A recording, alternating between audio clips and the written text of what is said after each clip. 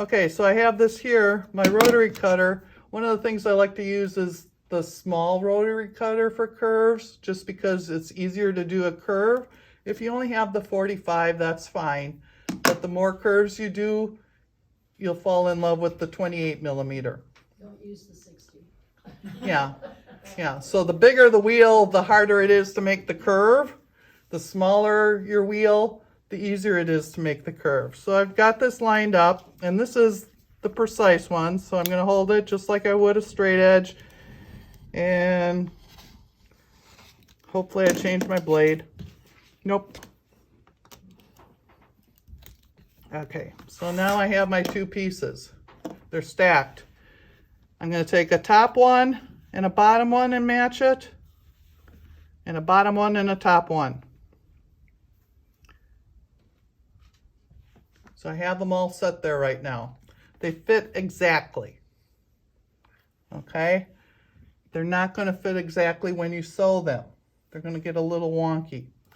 With these, the way to do it is you're going to fold in half, and I could have done this before I cut. Just give it a little press and fold this one over. So now I have two presses in there. I'm going to match those as close as I can, and that just gives me a place to start.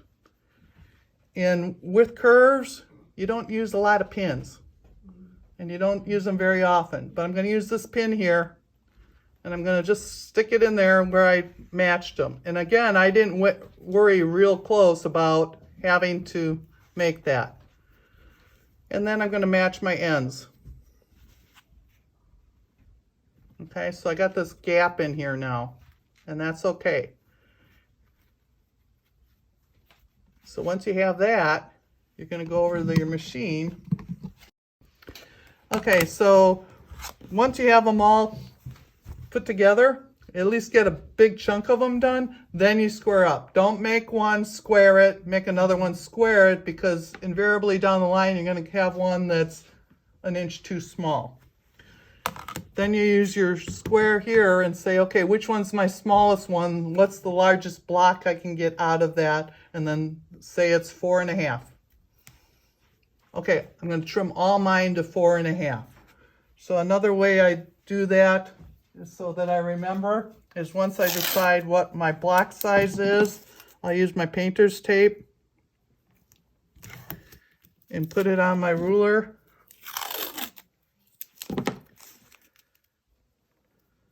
At my 4.5. Okay, so now I know whatever my block is, I know it's got to go into that square. So again, even though you put that curve in there, the drunkard's path is pretty much like this. You have your half moons and you're doing that. But if it's another curve one, you may go like this to get that 4.5 in there, and your curve's in a different place. Or you're going to go over here like this or like that. So you're not going to need to use an edge. The drunkard's path, you should use the edge because you want that path kind of thing. And that's that one in optional. Next one we're going to do is just straight curves. And again, once we start sewing, we'll work together, and I've got directions up there to remind us. Okay, straight curves. These are actually, you can use a ruler or you can do it freehand. This one in here, whatever look you want to get. Rectangles go together just like squares do, except they're longer on one side.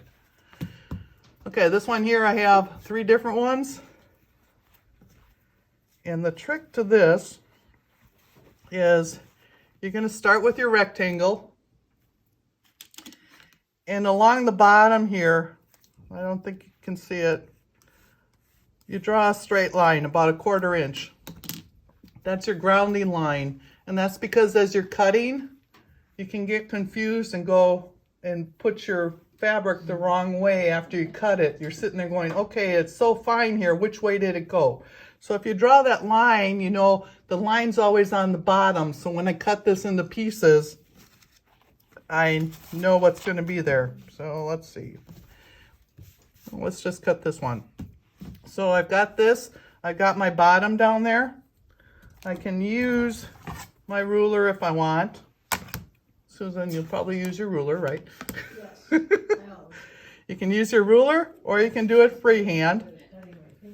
Again, what you want to make sure is that you're about 3/4 of an inch in from your sides for the top and the bottom of your cut so that you have room to put those seams in. Okay, so again, I line it up on my mat. I sort of eyeball where that is.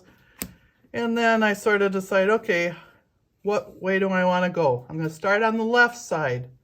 So, okay, that looks about right. Just give it a cut. I have 2 pieces now. For this, I decided I wanted 1-inch strips in between because it's a smaller size. You could use any size you want. Again, you'll be able to do this as curves too, but we're doing this one in straight edge.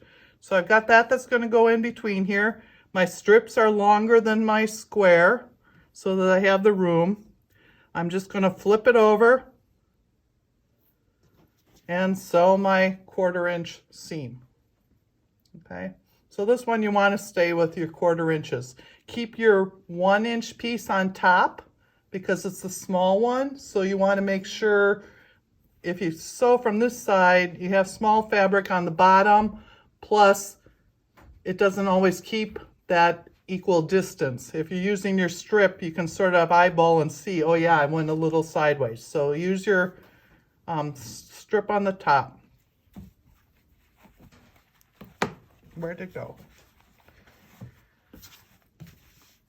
So I've sewn that, and then I sew the opposite side on. The part you don't see here is when I have my ends hanging out. After it's sewn, you're just gonna take and square up so that your strip ends are even with your square again. Also press well. Yes. Afterwards you can press. With the strips, you're either going to go towards if you're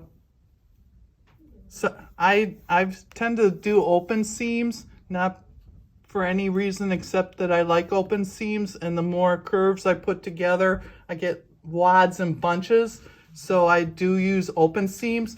You don't have to be an open seam person, but on the skinny ones here, if you're doing your folds, fold into your strip because it'll hold the strip better. Looking ahead toward adding the applique, pressing those seams open gives you a flatter surface to work with. Yeah. here, too. Yeah. So this is one of those times you got to remember we're sort of doing fabric art rather than quilts. So the open seams do work. So I have that. You would think we learned in kindergarten and 1st grade, read left to right, that I go left to right. Remember, we're wonky. So I started on my left side. I'm going to go to my right side now. And that's so that you can get everything put in. So I've got my line on the bottom here. I'm just going to say, okay, 3/4 of an inch from this side again. Do I want to go this way? Do I want to go that way? What do I feel like today? I think I'll go that way. And I slice it again. And I've got 2 pieces. What's next? Put the strip in, right. So put my strip in, match it, do this side, press it, do the other side. Okay? So the strip is like an inch or 2 longer, it doesn't really matter. It's just longer. Yeah. And you've got that bottom line here so that you know to match it up. So Kathy, is it longer so that it isn't shorter? it's longer because, right, because what happens when you're on the angle is when you match it, then all of a sudden you start going like this. We were talking about knitters before. first year married, no money, bought the crochet thing, made one of those chevron things for my mother-in-law. Nobody taught me how to do it. It just kept going like this because I didn't know how to do the extra stitch at the end. This is your extra stitch at the end. So that's why you want it a little bit longer. And you want that bottom line down here so that you can keep this even, so you know where to fold it over, so that those match. So that when you open it up, oops, see, I had my wrong side there. So when you open it up, it'll be more of a straight edge, because otherwise you're going to end up, it's going to keep growing. You'll be squaring it down to nothing. Yeah, yeah. So this is one of those. So after you do that one, you've got 2 edges in there. Then, I'm not going to sew it. Then you can put your next ones in. You could put 3 in here. You could put 4 in there. You could even cut through another one. Oh no! Yeah, most of mine are separate like this, but this one has 4. You can go in.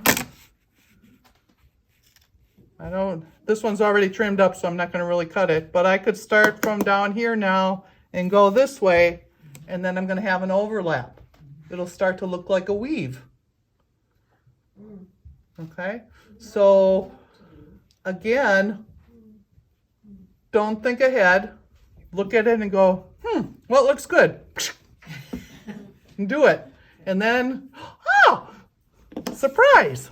So that's the straight edge. And again, any of these that we need to go over again, more in detail, once you start sewing, we'll do that. I just want to do the fast overviews first. Ooh. Straight ones. What do we do first?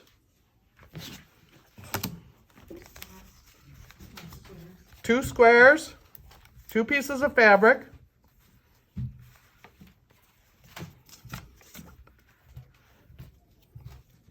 Two pieces. Silly question. Yep. Would you stack 4? You could stack 4. Okay. You could you could do 6. As much as you can cut, but in even numbers. Right. And even with that, you don't have to do an even number, because you can take that odd one and use it with a different one later. And I'll show you later. You end up with extra curves all over the place and go, oh, I don't want that to go in my scrap bucket, so then I'm going to use that curve on another one. Okay, so this is the more controlled version. So the patchwork squares are less waste and a little bit more precise. So I had my 2 here, right sides up, start on my edge, and do a gentle wave. You want to wave or hulu, okay? It's not hiking up the Colorado Rockies and looking down in the valleys. So just hulu, okay? So I cut that. What goes together? Top and bottom. So I take a top and a bottom and a bottom and a top. And I have them set there. So now I have 2 here. These are fairly easy because you can match your corners and just find that center point. Get the crease. And then right sides together. Use that 1 pin that you brought just to hold it together. 1 little bitty pin. Now that you don't have to do a certain amount. Okay. Nope. I could have cut from where you always want to be your cut at least 3/4 of an inch from your edge. Yeah, but it doesn't have to be precise. So it's just start there and always finish at least 3/4 of an inch from the other side. So I've got that there. Again, I hold that pin in there just to help me get started. If you think about taking a stroll, so I start here, and if I have to, just until you get comfortable doing the curves, pin take a walk. Hold your fabric, sort of just loosely go. Is it gonna fit? Is it gonna fit? Is it gonna fit? Where does it end up? And you're gonna find, okay, it ends up right close to the end, about a 1/4 inch out. So then I know that's all right. I can go to my machine, I'll stick it in and do those first 3 stitches again, hold it and pull that pin out so it's not in your way. Okay? We'll do more sewing later, I think. Do you need to watch me sew it again right this minute? Okay, because they're all going to be the same, so we'll do a lot of them in a row when we get them all cut. So that'll go together, and then when you're done, you're going to press again. So I'll have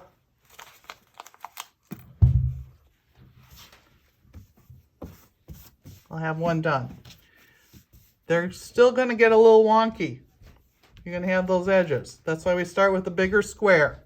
But we're not going to trim it yet because we're going to do another cut. Do I have another cut? Okay, I don't have another cut here right now. So I have 2 that are pretty much the same. Oh, here's one that's different. Okay, this guy's different. So once you move on to your next one, it's the same thing. This is just a piece of fabric. It just happens to be 2 pieces sewn together. So it's still sort of a square. So I'm going to take this one and right sides up and put it together. Since I'm right-handed, I'm going to try and match my left corner somehow so that they're in the same spot. Got that there. And then decide, where do I want to cut? I'll start over here. And again, I'm going to turn this way so that I'm pulling towards myself. Do my hula. Put your hips in there a little bit. And again, We're gonna have a bake sale for new blades. yeah. There you go. Okay. And again, since we're not being, oh, that really was bad. There we go. Okay. Close enough.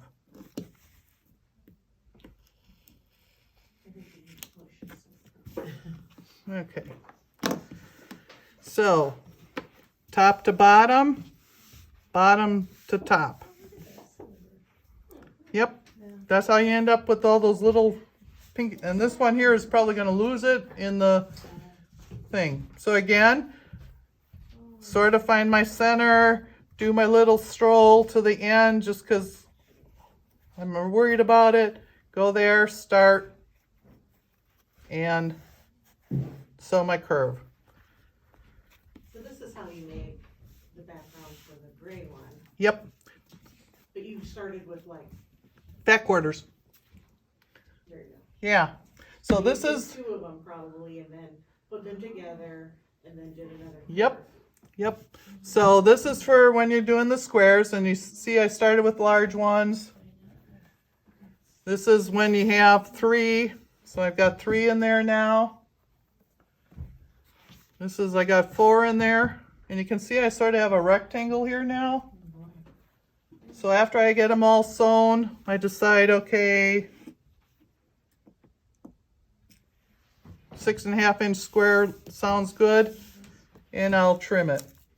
So once I get the size I want, and again, this is one time where you can go sort of sideways like this if you wanted your curves to end up a different way. And that's why why do I always lose my 6.5 inch one? There it is. So I could go like this. I just know what's inside that green line is what my square is going to be. So I could go straight like this, but I could turn it any which way I want and trim it. Let's look at that guy.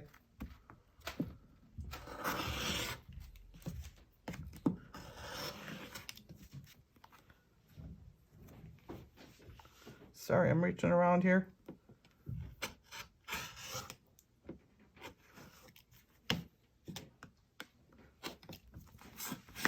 Now I have my 2 straight corners. And I know I can go in. Just a little sales pitch here, you can probably buy a 4.5-inch ruler too. Well, yeah, but you gotta just, you don't know what size you need until you get all your pieces cut. It might be six. The full set. Yeah, you sort of want to get your largest square. So I could have done, my thing is marked at 4.5 and I could have done 6.5 instead of getting this little guy. So now, so you don't know until you get it cut what you got. So then so the final thing is when you decide your squares, you cut them all the same size, the squared up. And then you just go normal quilting. That's when you have to be precise. Do your 1/4-inch seams and match your seams and all that kind of stuff. But up until then, you're set with that. That's when you want to use the controlled squares. So you really can't tell where the fabric's gonna end up. Right. Like for instance, I like what Susan did with the green but you can't do that. You could do it as far as colors. I mean, No, I did the main part. it's simple. So you can do any of those with 10-inch squares. You can start doing curves in different directions. So far we've been doing just sort of horizontal, putting the curves together. But all this is it was 2 different pieces, and then just like we did before, you can take old blocks. This was a project early on, gone bad. So I got a lot of them around. I was learning how to make points though. So you got these 2 here together, same thing. So if you have some UFO blocks, line them up together, put them down, and just say, okay. Oh, almost made it. Right where the seam is. This isn't going to show as much because there's 2 similar blocks. But I could get that sewn together, and then when I have them sewn together again, go a different way. So this time I'd come this way.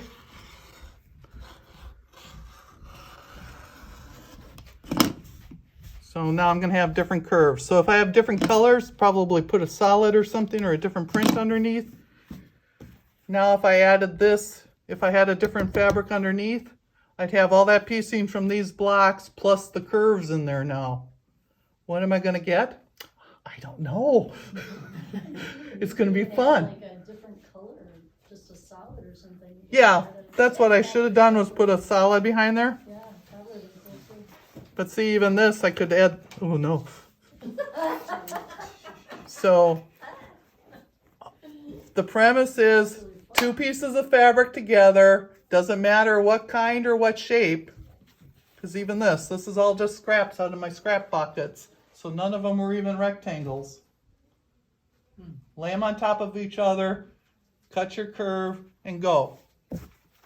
If you want to stay more in a colorway, the 6-packs are awesome because they're already figured out.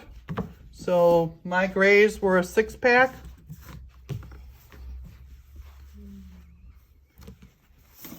So, and I started the same way. Put the first one down.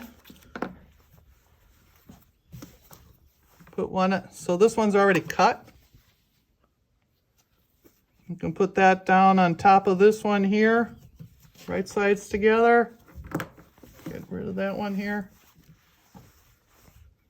And it's all right that they don't match up here.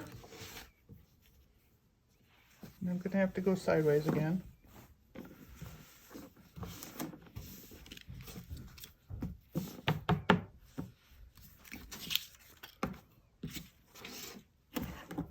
Start at the top. Say, okay, hula, hula, hula, hula. If it gets a little bunchy, just sort of smooth it out. Lots of waves, no hills and valleys, and maybe I'll come off over here. Ah. I bet you I got fuzz in there.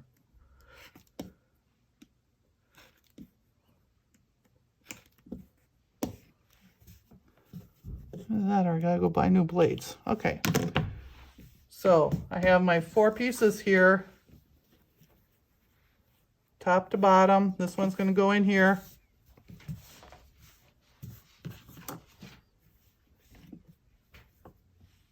And even that big, you would fold that whole thing in half to press the center or not? Just sort of figure it out, yeah. Just a little center. Sometimes I just take my chalk pencil and mark, kind of eyeball it and just mark it. Well, and with these two, when you're doing the multiple curves, so the drunkard's path was a C. These are waves and S's or snakes. So your center isn't always your center. Oh, yeah. So when you're doing the S's and the waves, just finding a center of one of the curves. So if I did it here, I'd sort of just fold it over here like this, and then fold this one over here like this to know that those two places met a curve together. And that just, again, gives me that little bit of head start. So I've got that there. Put it over. Like creases if you're not in the center?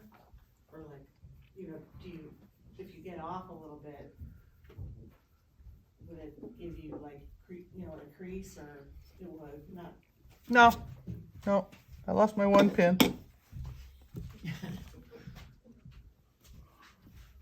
And again, it's just to give you some way to get to your sewing machine without losing everything. So it's pretty close there.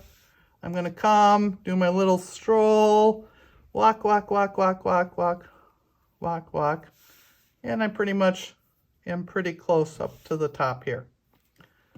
So now I can go to my sewing machine, and you see here where I have my big, so I probably start from this end so that my larger fabric was on the bottom. When you're doing some of them, people, some of the quilters will talk about convex and concave. I can't keep the two straight, which is convex. Concave is like that. Yeah. So, and when you're doing S's and waves, you got both of them. Right.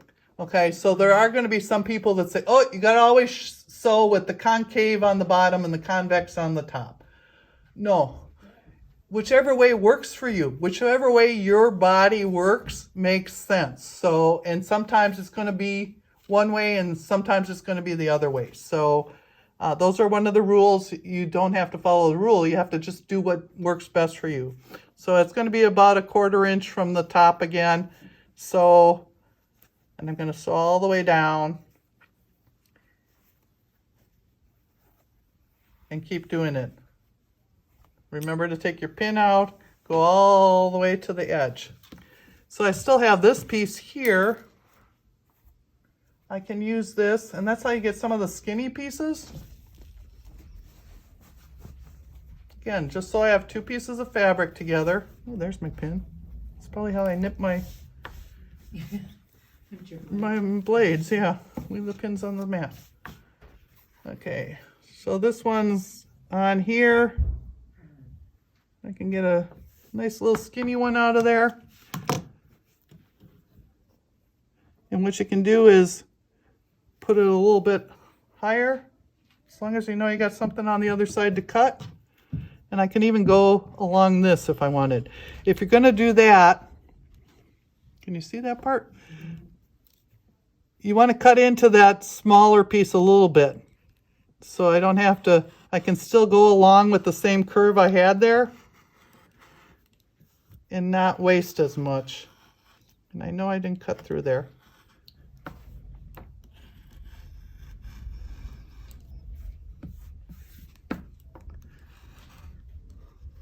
You have to be pretty firm in your cutting to get through, especially if you're going to do more. And I can see I ran out down here. So now I have this skinny one. Oops. Another skinny one.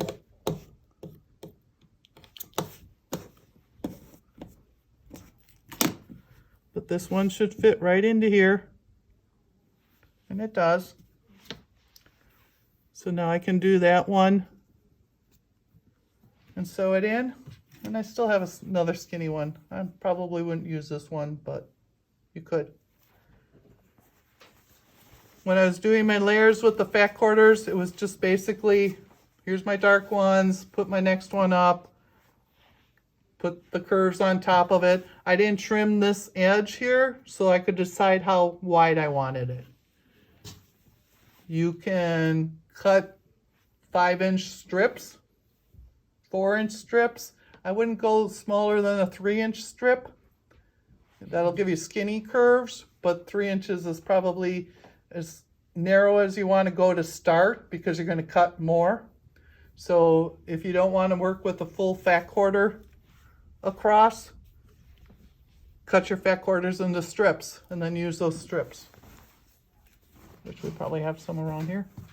That would make the sewing a little bit easier. Yeah. Well, it makes the cutting easier too. So, yeah. Cut them into strips. Yeah, once you get going, you just, okay. And again, these are all horizontal ones. Change it up. Put it this way, put a horizontal one across it, and then put the curve in that way. So that changes your direction. So the biggest part is, don't think about what you're going to do, just do it. And as you go, you decide, oh, this is what I want to do.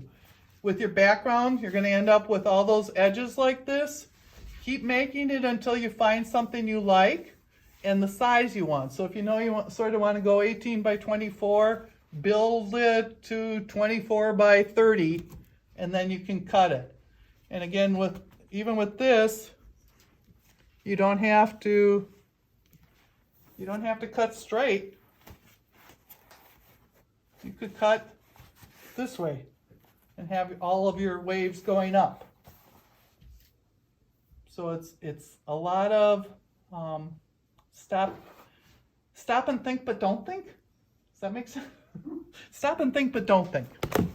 Okay, you've been sitting for a while.